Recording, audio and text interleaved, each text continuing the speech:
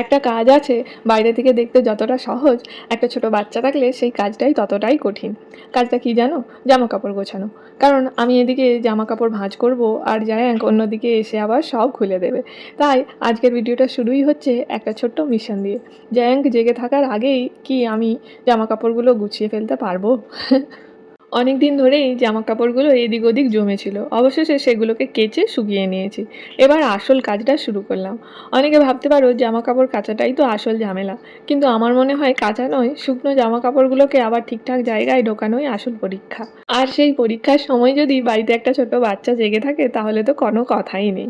আমি এদিকে জামা কাপড় ভাঁজ করছি আর জায়াঙ্ক এদিকে এসে সেটা আবার ঘেঁটে দিচ্ছে। আমি বলছি না না না, এটা করো না। আর আমার ওই না শুনেই ওর যেন আরও বেশি মজা লাগছে। আসলে বাচ্চাদের ব্যাপারটাই এমন, আমরা যেটাকে ডিস্টার্বেন্স ভাবি ওদের কাছে সেটাই কিন্তু পুরো একটা গেম। তাই শেষ পর্যন্ত ভাবলাম কাজ আর খেলা দুটোকেই আলাদা না করে একসঙ্গেই করি। আমি জামা কাপড় গুছোচ্ছি আর জায়ান তার নিজের মতো করে আমার কাজে হেল্প করছে। আর এখানেই একটা জিনিস বুঝেছি, বাচ্চা থাকলে সব কাজ পারফেক্টলি করা সম্ভবই নয়, কিন্তু পারফেক্ট মোমেন্ট তৈরি করা কিন্তু সম্ভব। তাই ওকে নিয়ে বিরক্ত না হয়ে ওর সাথেই একটু মজা করতে করতে কাজটা শেষ করার চেষ্টা করলাম। যদিও সত্যি বলতে শেষের দিকে আমার এনার্জি একেবারেই শেষ হয়ে আসছিল, তখন আমি একটু সৌরভকে বললাম, একটুখানি ওকে ধরো, আমি শেষটুকু কাজটা সেরে নিই, নাহলে আর আজকের দিনে হবে না। আর ফাইনালি মোটামুটি গুছিয়ে ফেললাম। পুরো ঘর ম্যাগাজিনের মতো পারফেক্ট হয়নি ঠিকই, কিন্তু আমার কাছে এইটুকুই আজকের অ্যাচিভমেন্ট। কারণ একটা ছোট্ট বাচ্চাকে সামলে সংসারের কাজের মধ্যে নিজের মতো করে একটু একটু করে এগিয়ে যাওয়াটাই কিন্তু কম অ্যাচিভমেন্ট নয়। আর জামা কাপড়ের মিশন শেষ হতেই এবার চলে এলাম আজকে ডিনারের প্রিপারেশনে। সাধারণত তোমাদের সাথে আমি ব্রেকফাস্ট বা লাঞ্চটাই বেশি শেয়ার করে থাকি, কিন্তু আজ একটু ডিফারেন্ট কিছু করছি। আজ তোমাদের সাথে শেয়ার করছি আমাদের ডিনার টাইমটা। আর ডিনারে আজ হচ্ছে আলুর পরোটা। আসলে জায়াঙ্কেরও একটু খিদে পেয়ে গিয়েছিল, আর সন্ধ্যের দিকে ও রুটি বা পরোটার মতো খাবার খেতে বেশ পছন্দ করে। তাই ভাবলাম আজ আলুর পরোটাই বানাই।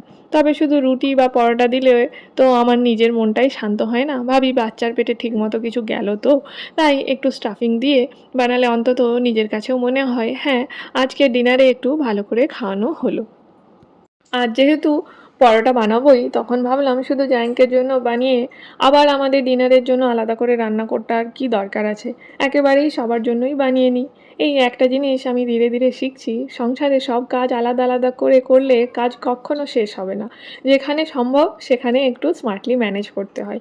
তাই আজকের ডিনার এক রান্নাতেই তিনজনের কাজ শেষ। আর এদিকে ঘি আর দইও শেষ হয়ে গিয়েছিল, তাই ব্লিঙ্কিট থেকে সেগুলোও অর্ডার করে নিলাম। কারণ আলুর পরোটাটা আর দই, এই কম্বিনেশনটা ছাড়া যেন ডিনারটা কমপ্লিটই হবে না। তারপর আমরা তিনজনে একসাথে বসে শান্তি করে ডিনারটা করলাম।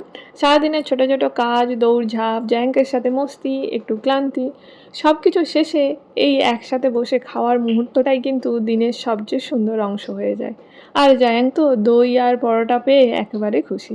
তখন মনে হলো সারাদিন হয়তো সব কিছু আমাদের প্ল্যান মতো হয় না, কিন্তু দিনের শেষে যদি আমরা একসাথে বসে হাসতে পারি, খেতে পারি আর একে অপরের সাথে একটু সময় কাটাতে পারি, তাহলেই বলা যেতে পারে দিনটা খারাপ যায়নি। এই ছোট ছোট মুহূর্তগুলোই তো আসলে আমাদের এভরিডে লাইফের গল্প। আর আজকের গল্পটা এখানেই শেষ করছি।